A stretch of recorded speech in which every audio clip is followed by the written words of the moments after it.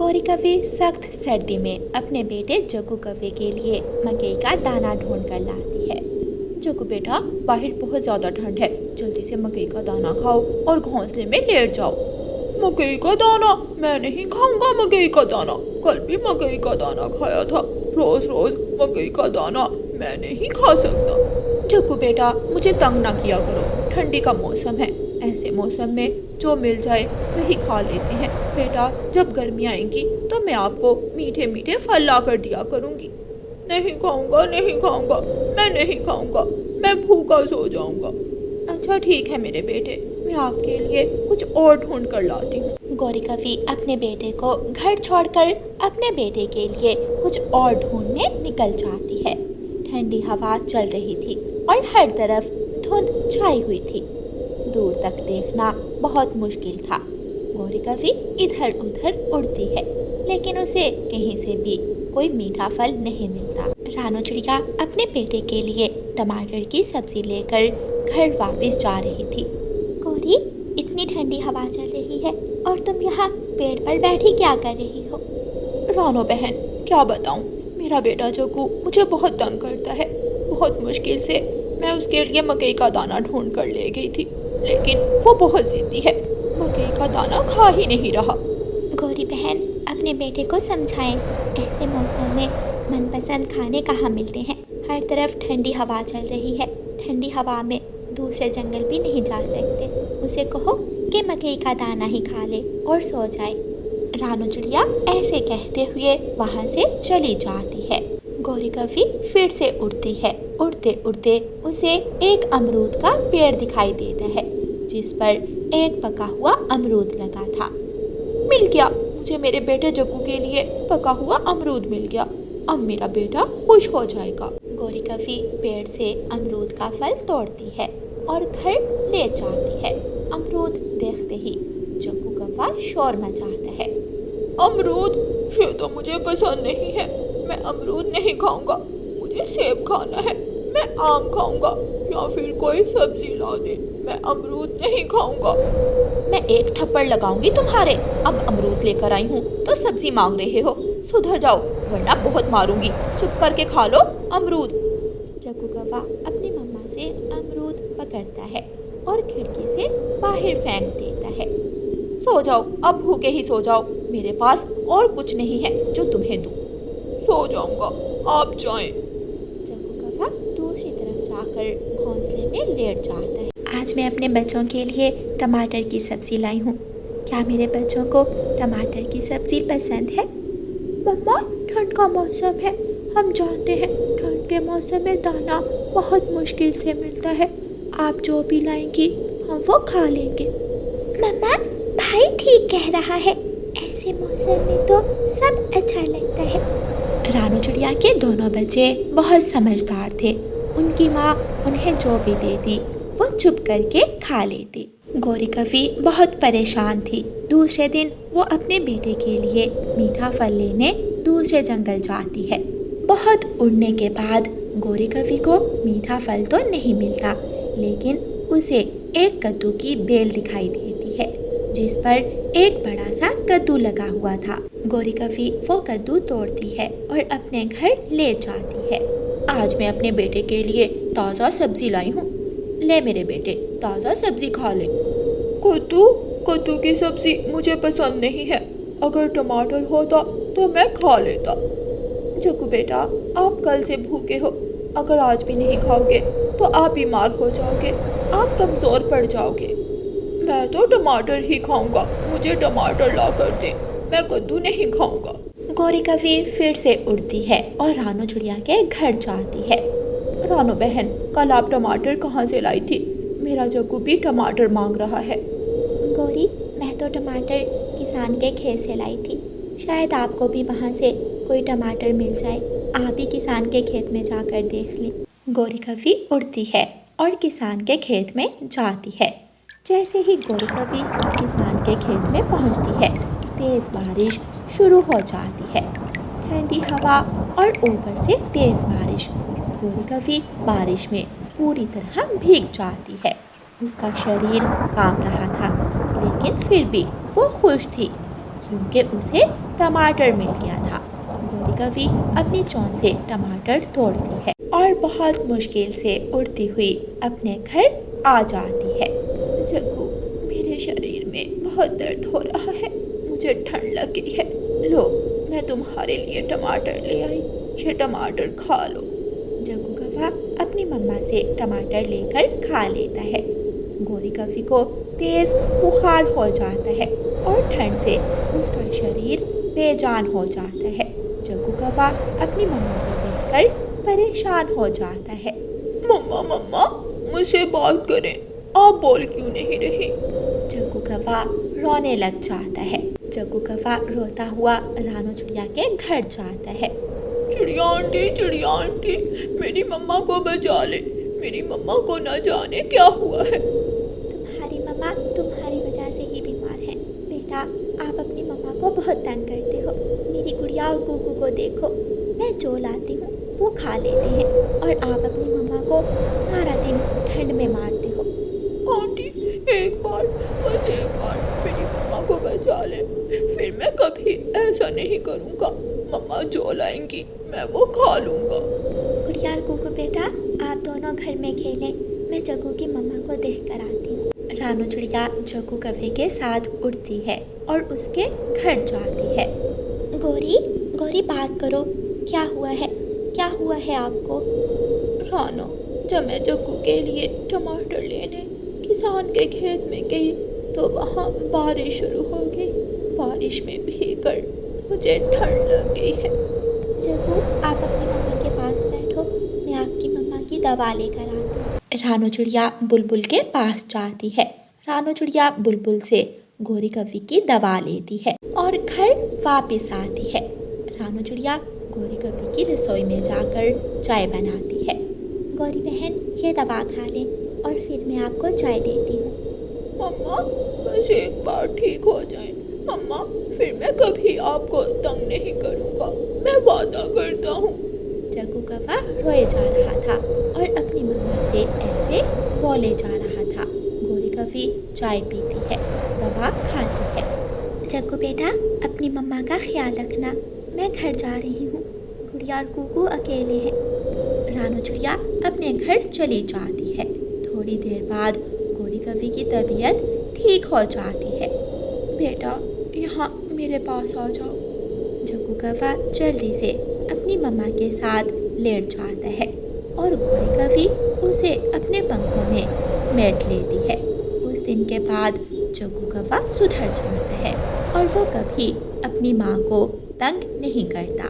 प्यारे दोस्तों, इस कहानी को लाइक, अपने दोस्तों के साथ शेयर और चैनल को सब्सक्राइब करना बिल्कुल मत भूलना। आपका धन्यवाद। गौरी कवि के बेटे जग्गू कौवे का जन्मदिन था। जग्गू कौवा बहुत ज़्यादा खुश था। जग्गू बेटा, तुम जाओ और सबको बताओ, और हाँ, ये भी बता देना कि मेरी मम्मा बड़ा चॉकलेट केक भी लाई है मेरे जन्मदिन पर। मम्मा, कुकू और गुड़िया को बुलाना है क्या मेरे जन्मदिन पर? ना ना जग्गू, उन गरीबों को मत बुला लेना। मेरी सहेली आएगी, क्या सोचेगी कि मेरे बेटे के जन्मदिन पर कैसे कैसे गरीब पक्षी आए हुए हैं। जग्गू कौवा अपने घर से निकलता है। किकी, शाम को मेरे घर आ जाना, आज मेरा जन्मदिन है। मेरी मम्मा ने तरह तरह के खाने बनाए हैं और मेरी मम्मा शहर वाले जंगल से एक बड़ा सा केक भी लाई है।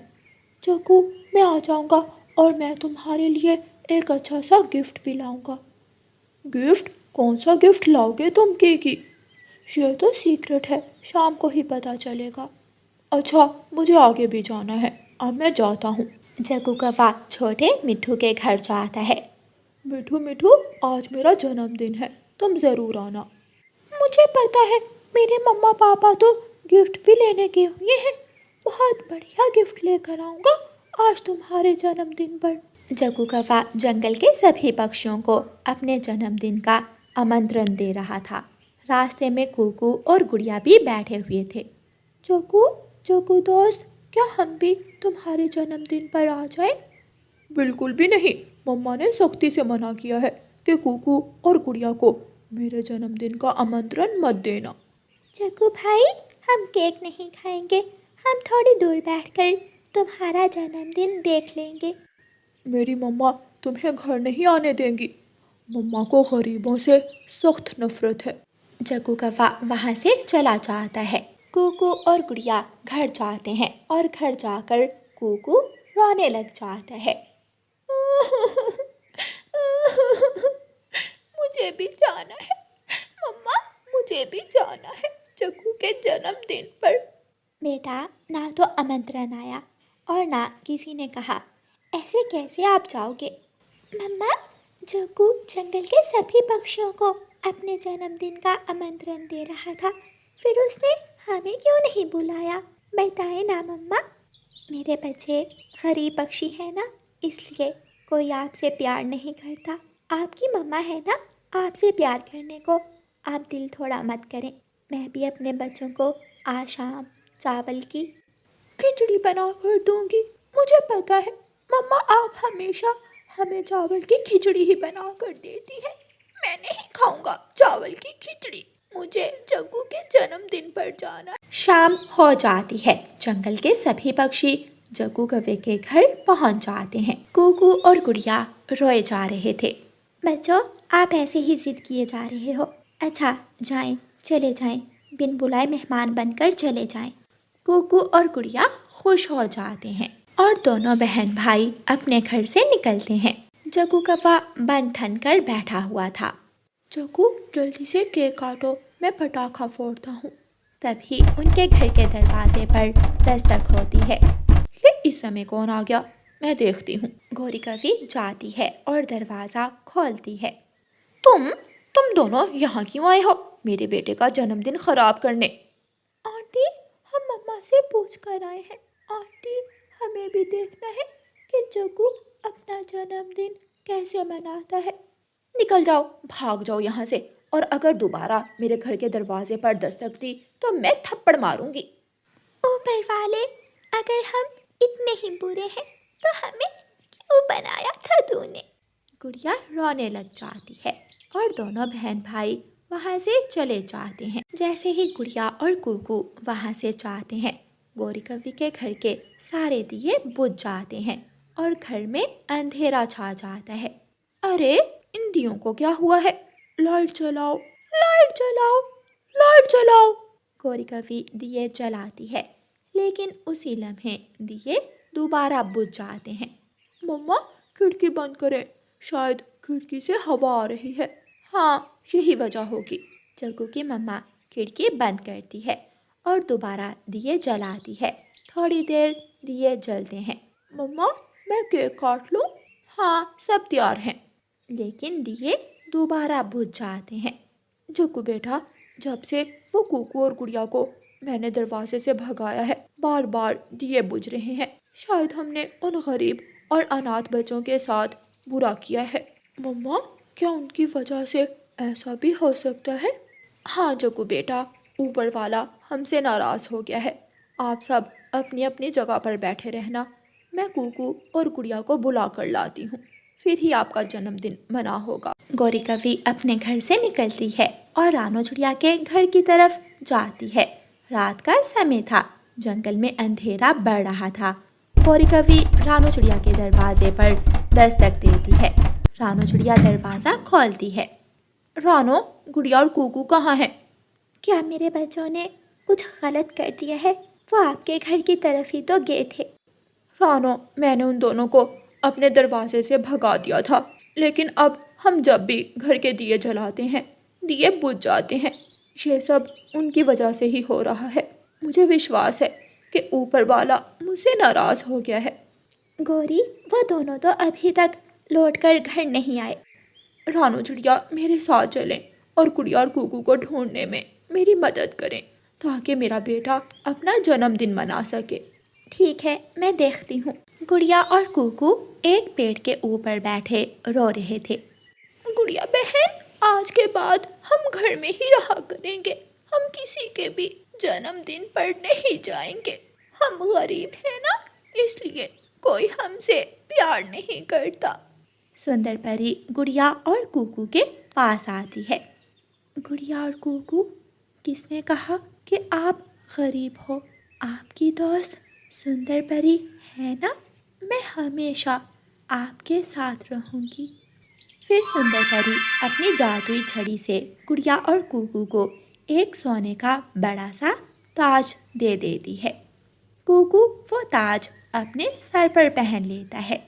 कुकू भाई, ये तो सोने का ताज है, मम्मा देखेंगी तो बहुत खुश होंगी। गौरी कवि और रानू चिड़िया गुड़िया और कुकू को ढूंढ रही थी कि कुकू और गुड़िया सामने से आ जाती हैं। कुकू के सर पर सोने का ताज देखकर रानू चिड़िया और गौरी कवि हैरान हो जाती हैं। कुकू बेटा, ये आपके सर पर सोने का ताज कहाँ से आया है? मम्मा, ये हमें सुंदर परी ने दिया है। गौरी, आज मेरे बच्चों की आवाज़ ऊपर वाले तक गई होगी, तभी तो उसने तुम्हारे घर अंधेरा कर दिया और मेरे बच्चों को सोने का ताज दिया है। गुड़िया और कुकू, बच्चों अपनी आंटी को माफ़ कर दो और मेरे साथ मेरे घर चलो, मेरे घर के दिए नहीं जल रहे। गुड़िया और कुकू मान जाते हैं और अपनी मम्मा को साथ लेकर गौरी आंटी के घर चले जाते हैं। गौरी दिए जलाती है और इस बार दियों की रोशनी पहले से भी ज़्यादा थी। केक कटता है, तालियां बजती हैं और सब मज़े मज़े से जग्गू कौवे के जन्मदिन का केक खाते हैं। प्यारे दोस्तों, इस कहानी को लाइक, अपने दोस्तों के साथ शेयर और चैनल को सब्सक्राइब करना बिल्कुल मत भूलना। आपका धन्यवाद।